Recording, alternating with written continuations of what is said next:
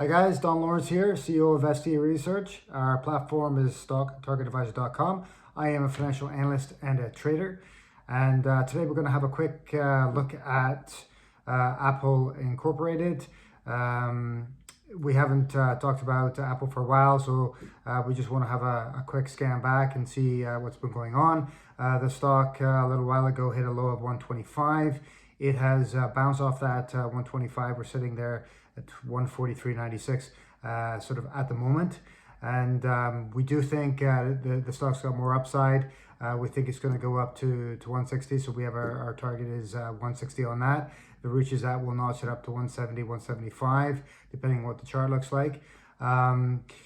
So we do feel that one of the reasons why the Apple has not sort of had the same sort of upside as other tech stocks coming into this year is simply because there's a lot of sort of concern in sentiment with regards to the lockdown in China, which has impaired the production facilities and also the retail demand for the iPhone.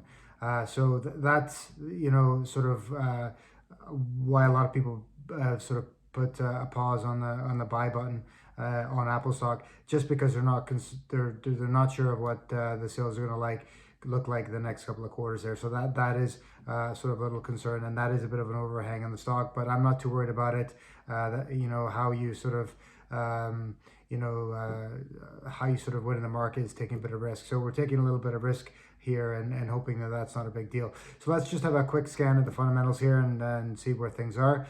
So we do have a consensus strong buy analyst rating on the stock still, so that's quite good. We do have just a buy rating for the crowd rating there, and we do have a fundamental analysis giving us a signal of slightly bullish, so that's positive. Also, we do have the consensus analyst target sitting at 168.52, and we have the consensus crowd target coming in at 173.20, so slightly bit higher than the analyst. Of course, both those targets are higher than ours, but we just kind of wait and see if it hits 160. We'll notch that higher, as mentioned before.